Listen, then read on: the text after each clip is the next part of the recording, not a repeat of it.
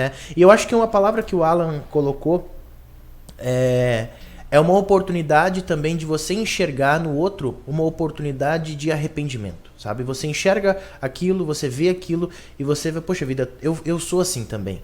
Eu também posso, eu tenho que me arrepender desse meu pecado, sabe? Eu fiz um vídeo aqui pro canal, o Alan também me ajudou com esse vídeo, também fez um podcast sobre racismo esses dias. No meu vídeo ano passado eu falei assim, olha, não foi eu que escrevi isso, foi o Dr. Sanches, né? Ele escreveu assim que o racismo, ele é quando você vê atos públicos de racismo, você tem uma oportunidade de arrependimento. Quer dizer, você não precisa estar lá. Você não precisa assistir aqui, por exemplo, aquele policial que matou, asfixiado o rapaz negro nos Estados Unidos, né, o George Floyd. Ele, poxa, a gente olhou aquilo, vamos, esse policial tem que ser preso, ele tem que sofrer as consequências da lei. Mas o que aquele ato pode me ensinar como pecador também? Que eu também sou como ele. Né? Porque eu também sou pecador, entendeu?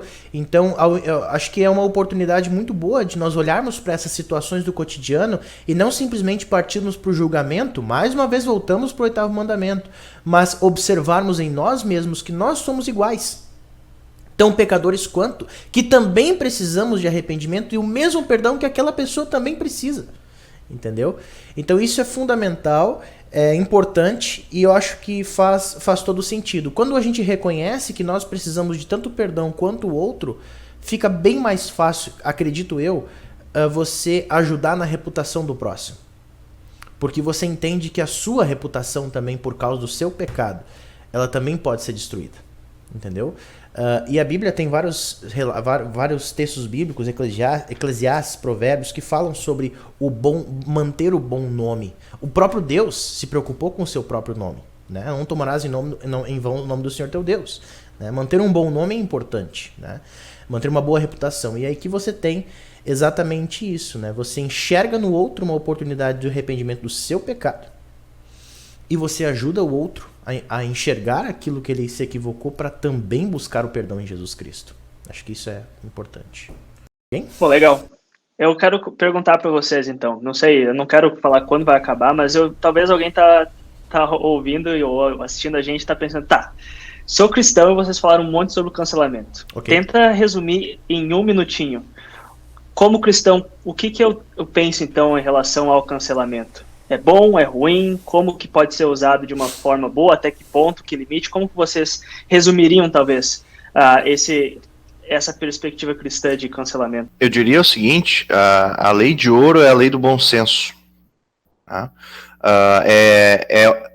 Tu manter uma posição de humildade, de justamente reafirmar isso que o Prano estava falando. E eu lembro de uma frase de um professor do seminário que sempre dizia assim, olha, quando eu abro o jornal, eu vejo o crime ali.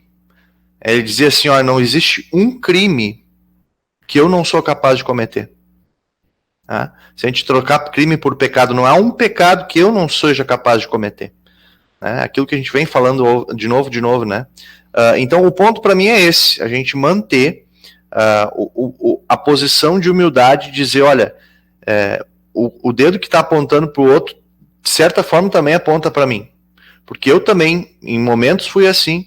Então, eu não posso tomar uma posição, né, de novo, da imagem de Deus na Terra. Eu não sou Deus. Eu não posso fazer isso. Eu estou junto, então nós vamos dialogar. O que é o cancelamento na minha visão? Cancelamento, como eu já disse lá no começo, é a tentativa de você destruir a reputação do próximo de alguma forma. E aqui, lá no começo, eu usei a imagem da tourada, que vai em cima de uma pessoa para passar por cima dela. Eu acho que é bem isso, especialmente nas redes sociais, quando se faz, mas também nas relações cotidianas da vida, quando você se junta, por exemplo, em um grupo para destruir a reputação do próximo. O que a Bíblia nos mostra é que Deus espera que nós cuidemos da reputação do nosso próximo em amor. E cuidar da reputação do próximo é também nós observarmos que nós podemos ajudar o outro com a maneira com que nós enxergamos o erro e a maneira que nós tratamos esse erro junto ao próximo. Aí nós temos o exemplo, por exemplo, como eu citei aqui, o exemplo de Natan. Estou resumindo tudo que eu falei aqui no podcast em um minuto, tá? O Natan e Davi. E aí, por último, então, na minha concepção, assim, o cancelamento digital, ou cancelamento da vida, ou na vida cotidiana, na vida das relações pessoais, ele se dá quando você tenta diminuir o próximo em sua reputação. Entretanto, nós como cristãos agimos na contramão disso, ou deveríamos fazer isso. Especialmente, em primeiro lugar, observando como eu também sou errado, tanto quanto aquele que fez algo errado, enxergar nisso uma oportunidade de arrependimento meu, mas também enxergar nisso uma oportunidade de ajudar o outro com o seu erro, para que ele também possa reconhecê-lo, se arrepender e receber o perdão de Jesus Cristo. Muito bom o que vocês falaram. Eu acho que se alguém quisesse pegar o resumo do que a gente falou, acho que ficou muito claro. Eu acho que até é legal a gente, depois de uma conversa teológica, tentar resumir, porque ajuda a gente realmente, com mais clareza ainda, a falar tudo aquilo que a gente falou durante toda a nossa conversa. E realmente eu não tenho muito a acrescentar diante do que vocês falaram, que é muito bom. Ótimo, ótimo, nem precisava estar aqui, mas eu acho que para que muita gente estava pensando, talvez, realmente eu consigo ver muitas pessoas olhando para o cancelamento, a cultura do cancelamento, como uma forma de você lutar por algumas causas. E tipo, falar, não, você não pode falar isso, não, você não pode agir dessa forma. E eu acho que, sim, a gente pode usar nesse sentido de você apontar para um erro que não pode ser visto mais, realmente é uma coisa ruim, é realmente a questão de você apontar pecado, mas aí não abusar dessa cultura e não chegar ao extremo de você realmente não lembrar mais qual o propósito que a gente faz isso, que é esse amor ao próximo, que é tentar ajudar a pessoa a caminhar ela para o arrependimento, até porque nós, cristãos, sabemos que a base da nossa fé é realmente esse morrer para nós mesmos e viver para a nossa fé. A gente se reconhece como pecador, a gente não... como cristãos, a gente não segue esse padrão, por exemplo, que foi descrito pelo Thiago Leifert, que a gente não vem do céu para falar o que é certo e o que é errado, mas a gente tem uma experiência de um Deus amoroso que nos apontou o nosso pecado e nos perdoou. E eu acho que é esse tipo de postura que nós, como cristãos, também temos que ter diante do nosso próximo que erra, que é pecador como nós.